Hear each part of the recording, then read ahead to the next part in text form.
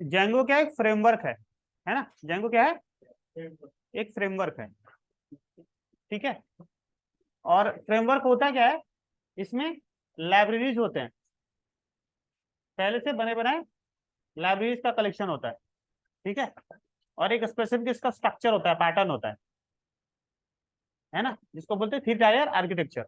कोई भी एप्लीकेशन बनाने के लिए तीन चीजों की जरूरत पड़ती है, एक तो यूआई, दूसरा डेटाबेस, और तीसरा प्रोग्रामिंग। ठीक है। डेटाबेस को बोलते हैं मॉडल, यूआई को बोलते हैं व्यू, और प्रोग्रामिंग जो होता है ना पाइथन वाली, उसको बोलते हैं कंट्रोलर। तो बोलते हैं MVC, मॉडल व्यू कंट्रोलर। ठीक है।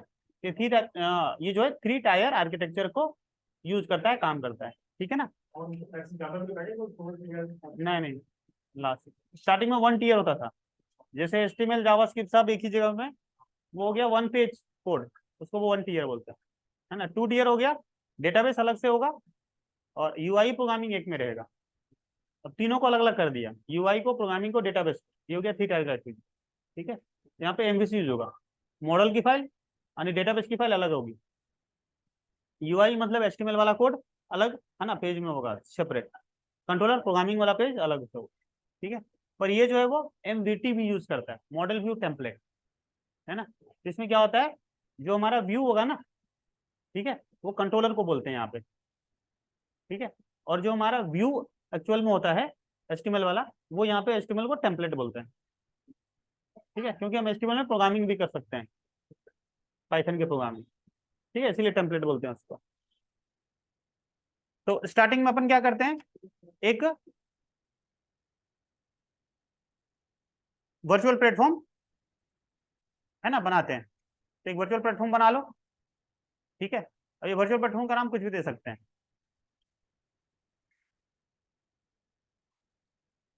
बन गया? बनाओ। चलो करते चलो, हाथ हाथ। ठीक है ना?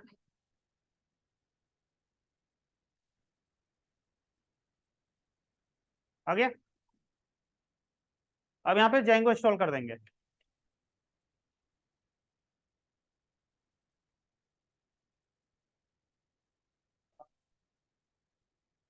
Tip install Django.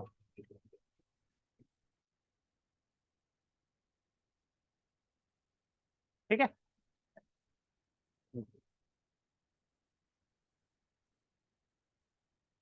हो गया? चलो करो।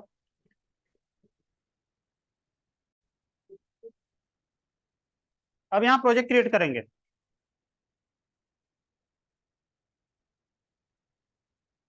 जेंगो एडमिन, है ना, स्टार्ट प्रोजेक्ट।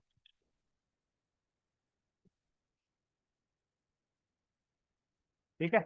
और यहाँ प्रोजेक्ट का नाम कुछ भी दे दिया। आ गया? क्या हुआ? है ना, यहाँ प्रोजेक्ट क्रिएट हो गया। अब यहाँ पे प्रोजेक्ट देखो। अब इस प्रोजेक्ट के अंदर आ जाएंगे।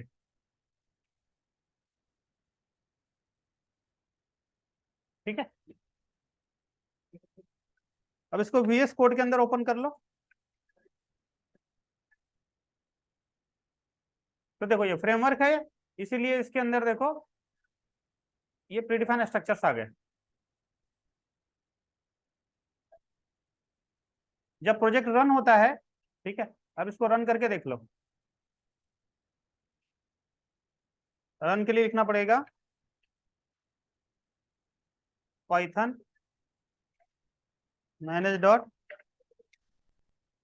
py run server. ठीक है।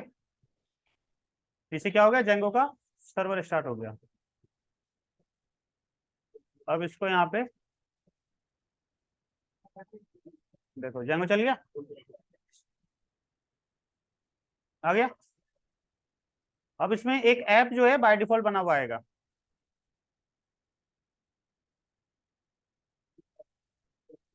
ठीक है। अब अभी एडमिन इसलिए नहीं चल रहा है, ठीक है ना, क्योंकि जितने डिफॉल्ट ऐप है ना उनको भी हम लोगों ने माइग्रेट नहीं करा है। ठीक है, माइग्रेट यहाँ से होगा, लिखना होगा यहाँ पे कंट्रोल सी से निकल के बाहर, यहाँ पे लिख देंगे माइग्रेट। माइग्रेट होते ही डिफॉल्ट ऐप जितने हैं ना सब बिल्ड हो जाएंगे। वापस से कर देंगे रन सर्वर। अब रिफ्रेश मारो, आ गया एडमिन पैनल। अब इस एडमिन पैनल के अंदर में घुसना है, तो आईडी और पासवर्ड चाहिए। तो यहाँ पे क्या करेंगे, लिखेंगे क्रिएट सुपर यूजर,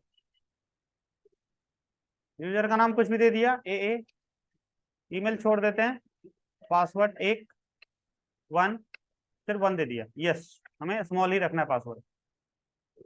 बन गया, वापस रन कर दिया, रिफ्रेश मारा, यहाँ पे क्या था, ए, यहाँ 1 था, आ गया। बाय डिफॉल्ट टेबल यहाँ है ना, यूजर का ग्रुप का है ना बना हुआ है, ठीक है, एक यूजर आ गया, और दूसरा यूजर ऐड करना है तो और ऐड कर दो।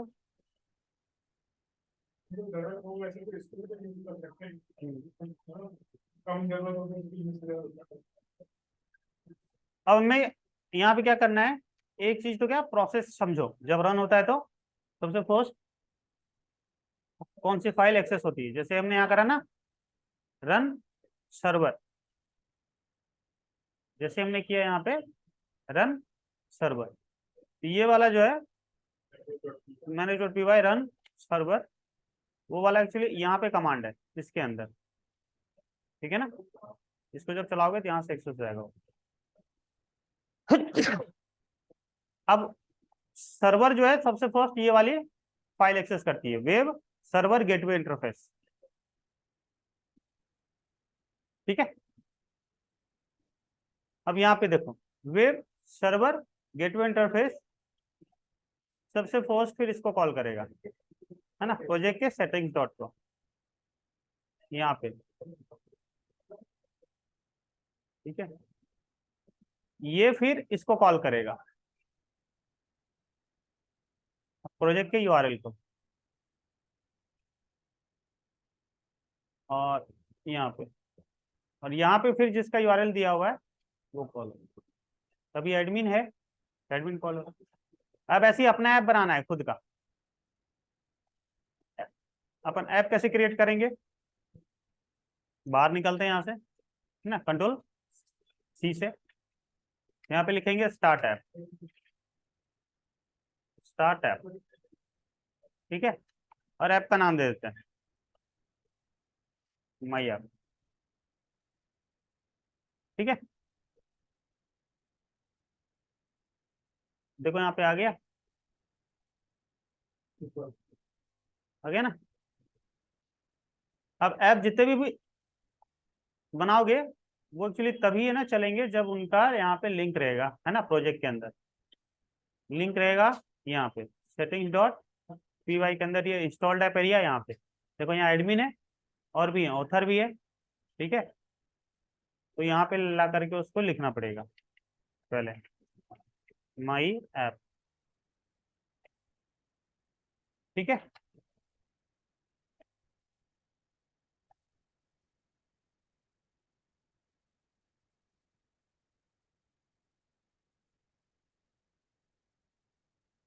है ना, अब अभी ये नहीं आएगा, क्यों नहीं आएगा, क्योंकि इसका कोई लिंक नहीं है, एक तो पहले इसको स्टार्ट लो कर।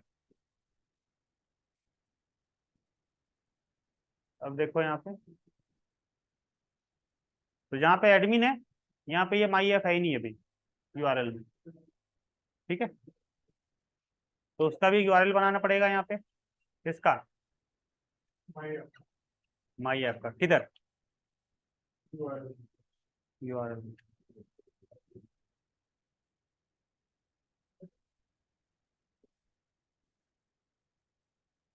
ठीक है।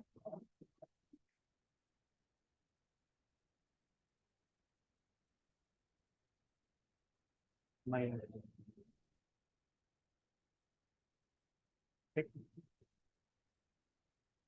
अब ये एक्चुअली क्या है, यूआरएल इसका ऑलरेडी रजिस्टर्ड है, बना हुआ है, काम किया हुआ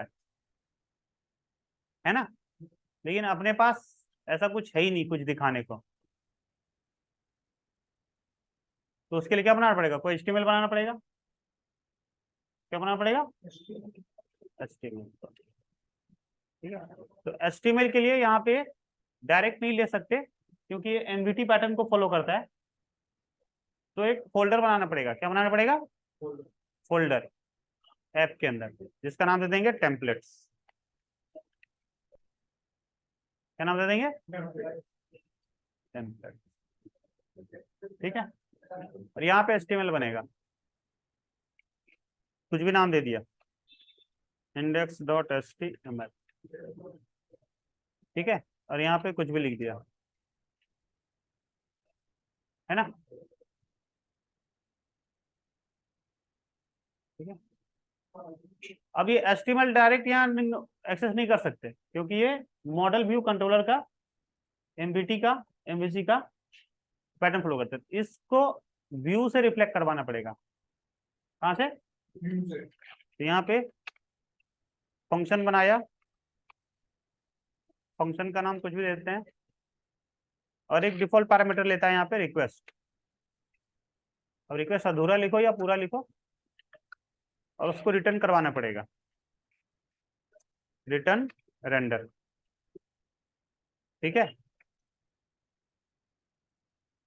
डायरेक्ट चल जाए अपने, ऐसे ब्लैंक छोड़ दो, और इंडेक्स वाली फाइल का नाम क्या लिखते हैं, इंडेक्स डॉट एचटीएमएल। ठीक है, तो अब ये जो था यूआरएल अपना, यहाँ पे क्या लिख देंगे, उस व्यू का नाम, व्यू का क्या नाम था, यहाँ पे इंपोर्ट करना पड़ेगा ना, फ्रॉम डॉट इंपोर्ट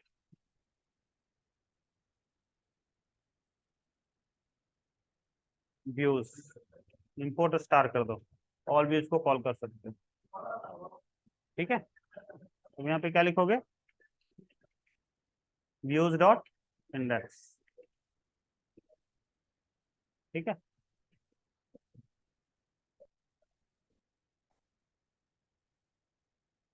क्या हो गया,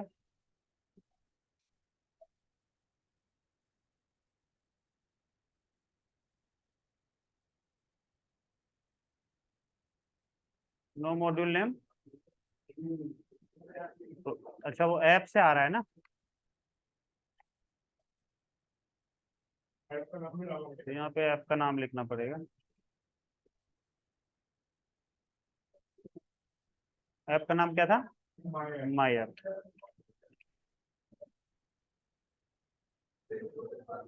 यहाँ पे लिख दो व्यूज।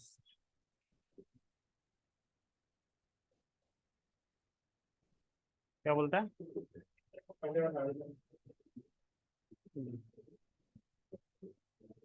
हम्म, क्या बोलता है, स्टेयर ऑब्जेक्ट नो एट्रीब्यूट। क्या बोल रहा है, यहाँ पे क्या चल रहा है, माई ऐप। ठीक है,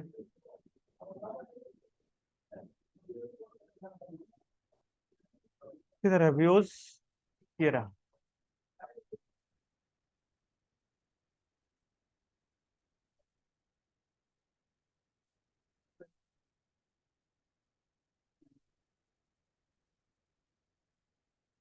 नाम भी दे दो इसका, इधर क्या, नेम इक्वल्स टू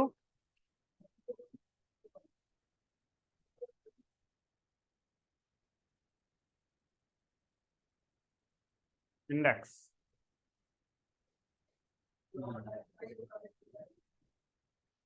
ठीक है, नहीं मुझसे बस फोल्डर में यहाँ पे डालो, ये जो है ना टेम्पलेट्स, टेम्पलेट्स के अंदर ऐप नाम का ही एक फोल्डर बनाओ।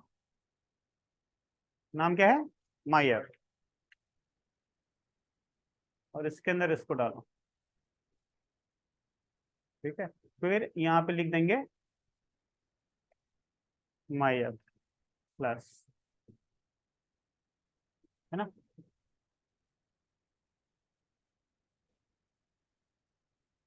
तो भी नहीं चला रहा है।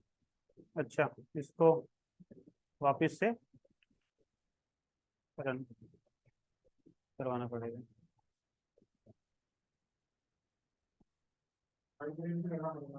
हाँ, इंडेक्स लिख रखा है यहाँ पे क्या? हाँ, इंडेक्स लिख रखा है।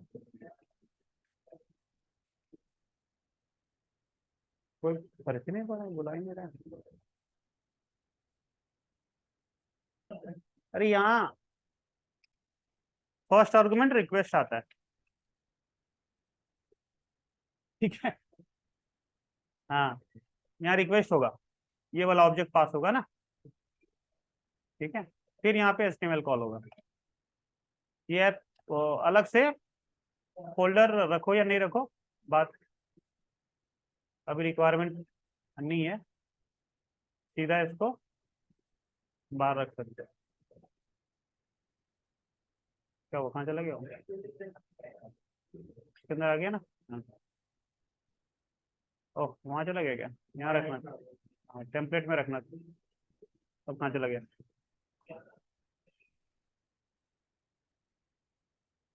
कहाँ चला गया?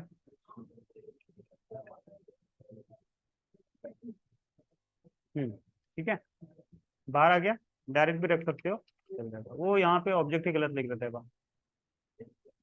चलो ठीक है, आ गया। वैसे डायरेक्ट पेज भी कॉल कर सकते हो, लिख लो।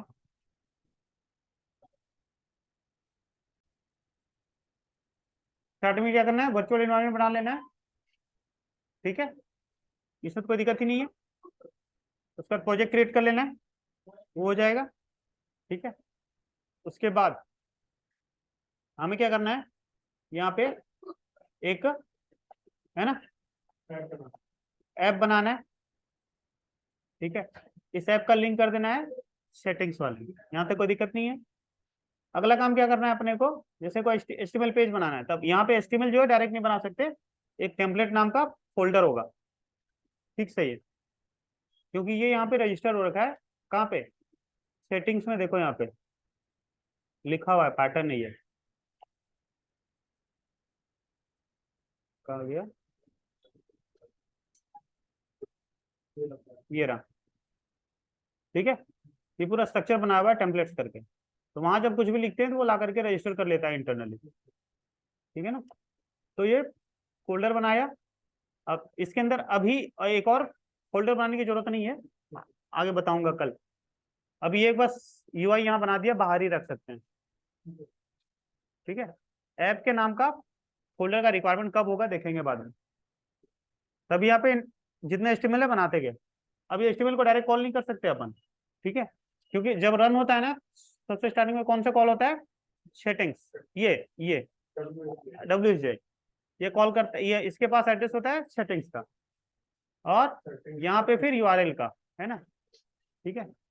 तो अब यूआरएल सीधे एचटीएमएल को कॉल नहीं कर सकता है, हमें क्या करना पड़ेगा? इसका प्रोग्रामिंग करना पड़ेगा, है ना, प्रोग्रामिंग के थ्रू कॉल करना पड़ेगा। तो प्रोग्रामिंग होती है जो, वो होगी व्यूज में। तो व्यूज में एक फंक्शन बना लेंगे जिसमें रिक्वेस्ट ऑब्जेक्ट दे देंगे, ठीक है। क्योंकि सर्वर जो है रिक्वेस्ट रिस्पॉन्स ऑब्जेक्ट को जानता है, क्योंकि जो भी रिक्वेस्ट रिस्पॉन्स होता है एचटीटीपी प्रोटोकॉल के थ्रू होता है, और एचटीटीपी प्रोटोकॉल के पास दो ऑब्जेक्ट होते हैं, रिक्वेस्ट और रिस्पॉन्स। यहाँ पे हमें रिक्वेस्ट करवाना है, ठीक है। तो अब ये जो फंक्शन है रिटर्न करेगा क्या? रेंडर फंक्शन है, वो क्या करेगा? फाइल को रेंडर करेगा, है ना। अब स्टार्टिंग में हमें क्या करवाना पड़ेगा? ये रिक्वेस्ट ऑब्जेक्ट पास करना पड़ेगा, तब ये जो रेंडर है वो सर्वर का इंस्ट्रक्शन समझेगा, यानी बाइंड होगा, ठीक है। अब उसके बाद रेंडर क्या करवाना है? ये एचटीएमएल वाली फाइल, ठीक है। एचटीएमएल फाइल यहाँ बनाई थी, ये वाली चीज रेंडर हो जाएगी, ठीक है। अब इस इंडेक्स यानी फंक्शन को, व्यूज फंक्शन को कॉल करना पड़ेगा कहाँ पे? यूआरएल में। हमने यहाँ पे यूआरएल में उसको एक्सेस कर दिया। तो एड्रेस लिखना पड़ेगा पहले व्यूज का, हमारे ऐप का, क्योंकि ऐप एक से ज्यादा हो सकते हैं, तो ऐप का व्यूज। अब व्यूज का फिर क्या? ठीक, पाथ हमने सेट करा यहाँ पे, ठीक है। डायरेक्ट कॉल हो जाएगा तो ब्लैंक छोड़ दिया। फिर व्यूज का कौन सा व्यू, फंक्शन इंडेक्स, ठीक है, नाम भी दे दिया इंडेक्स। ये फंक्शन का नेम और views डॉट इंडेक्स सेम ही चीज है क्या? हाँ, इसको अलग भी रख सकते हो, है ना, बाद में वो यूआरएल वगैरह में काम आता है, बाद में लिंक वगैरह करेंगे ना, एंकर टैग वगैरह, वहां पे यूज में आएगा।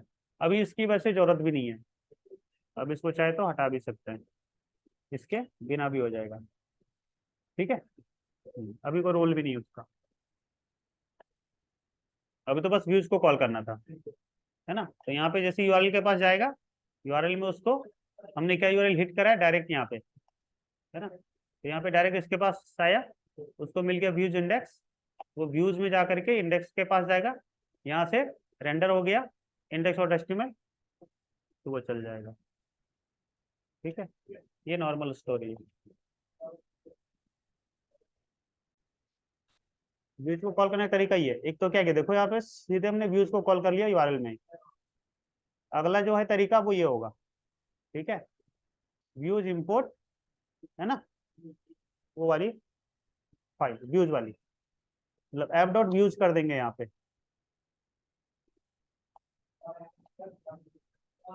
ऐप डॉट व्यूज, ये इधर आ जाएगा, और यहाँ जिसको एक्सेस करना, मान लिया स्टार्ट कर दिया, तो यहाँ व्यूज नहीं लिखना पड़ेगा बार बार, ठीक है, ये चीज है। ये क्या लिख रहा है ना, ऐप, ऐप के बाद व्यूज इंपोर्ट, जो लिखा है होम, फिर यहाँ लिखना पड़ जाएगा एज, क्या लिखा है, edge views dot edge views, ऊपर से इम्पोर्ट करना पड़ेगा function को। उसने होम के नाम से फंक्शन बनाया तो उसको इम्पोर्ट भी किया है। नहीं स्टार कर दो, बात एक ही है, स्टार में ऑल आ जाएंगे, ठीक है, ऐसे भी कॉल हो जाएगा। क्या हुआ, गया, आ गया, ये नाटक क्या होता है, ये तरीका है, ठीक है। अगला तरीका ये है कि import include function from, import include path, फिर उसका पाथ दे दो और इंक्लूड यहाँ पे करो, और ठीक है यूआरएल पैटर्न, लेकिन ये होगा क्या, अलग से ऐप, वो क्या बोलते हैं, अलग हाँ, अलग से यूआरएल क्रिएट करना पड़ेगा, और उस यूआरएल में इसे कॉल करना पड़ेगा व्यू को, फिर यहाँ यूआरएल को कॉल करेंगे, है ना। तो कॉमन तरीका ये यूज होता है लास्ट वाला, हर ऐप का URL क्योंकि एक से ज्यादा ऐप हो जाएंगे ना प्रोजेक्ट में, तो सारे के सारे ऐप के व्यूज यहीं पे यदि होंगे कॉल, और सपोज एक से ज्यादा ऐप के व्यूज के नाम सेम हुए, इंडेक्स इंडेक्स हुआ, तब यहाँ पे एम्बिग्युइटी आ जाएगी ना, किसका इंडेक्स कॉल कर रहे हैं, ठीक है। बाकी चीज कल समझते हैं डिटेल में, ज्यादा बेटर हो, आज इतना कर लो।